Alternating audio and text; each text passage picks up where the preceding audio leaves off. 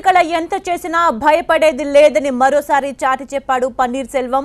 ప్రభుత్వాన్ని ఏర్పాటు చేయడానికి తమకు అన్ని అవకాశాలు ఉన్నాయని చెప్పారు.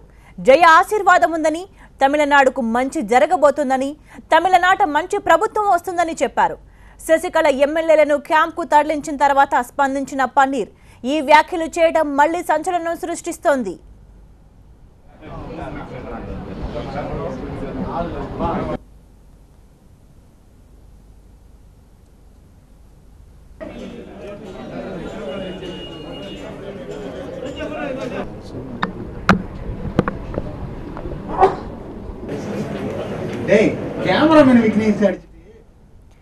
శశికళ ఎంత చేసినా భయపడేది లేదని మరోసారి చాటి చెప్పాడు పన్నీర్ సెల్వం.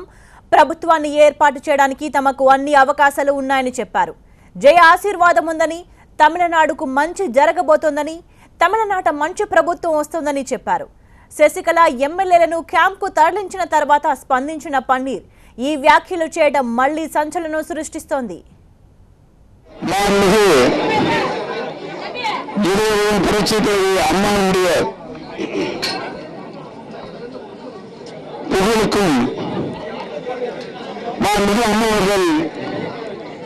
நமக்கு ஏற்படுத்தி தந்திருக்கின்ற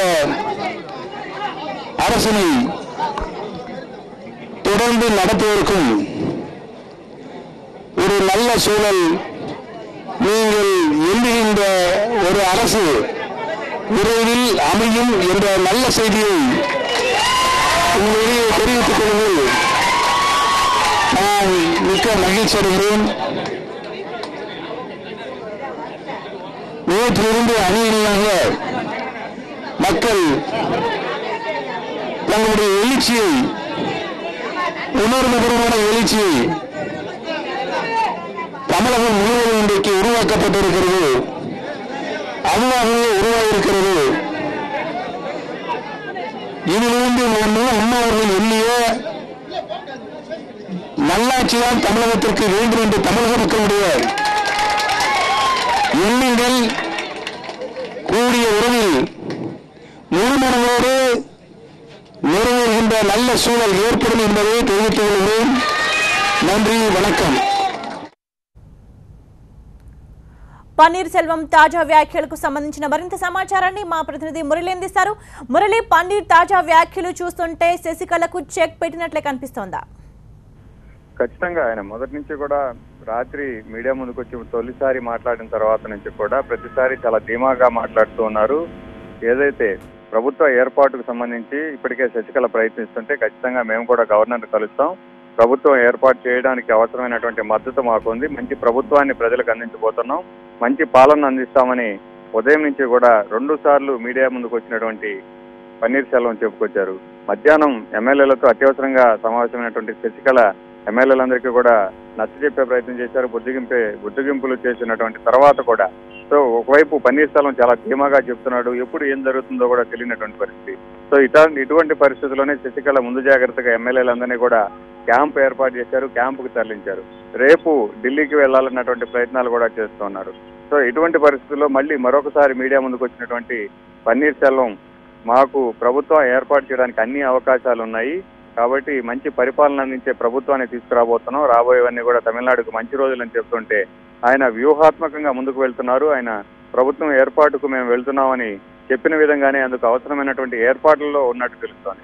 ఇప్పటికీ ఆయన మీడియా ముందుకు వచ్చి శశికళపై తిరుగుబాటు చేసిన తర్వాత మంత్రులు కావచ్చు, కొంతమంది ఎంపీలు శశికళతో సమావేశమైనప్పటికీ కీలకమైనటువంటి నేతలందరూ కూడా పన్నీర్ సెల్వం వెంట నడుస్తున్నారు. ఇప్పటికే 2 మంత్రులు వచ్చారు, 2 ఎంపీలు వచ్చారు, 3 ఎమ్మెల్యేలు ఇప్పటికే నివాసానికి చేరుకున్నారు. మిగిలినటువంటి సీనియర్ పార్టీ నేతలందరూ కూడా పన్నీర్ సెల్వం ఇంటికి చేరుకున్నారు. బారులు తీరి నాయకులు కావచ్చు, ఇటు అభిమానులు కూడా పన్నీర్ సెల్వం ఇంటికి చేరుకుంటూ ఉన్నారు.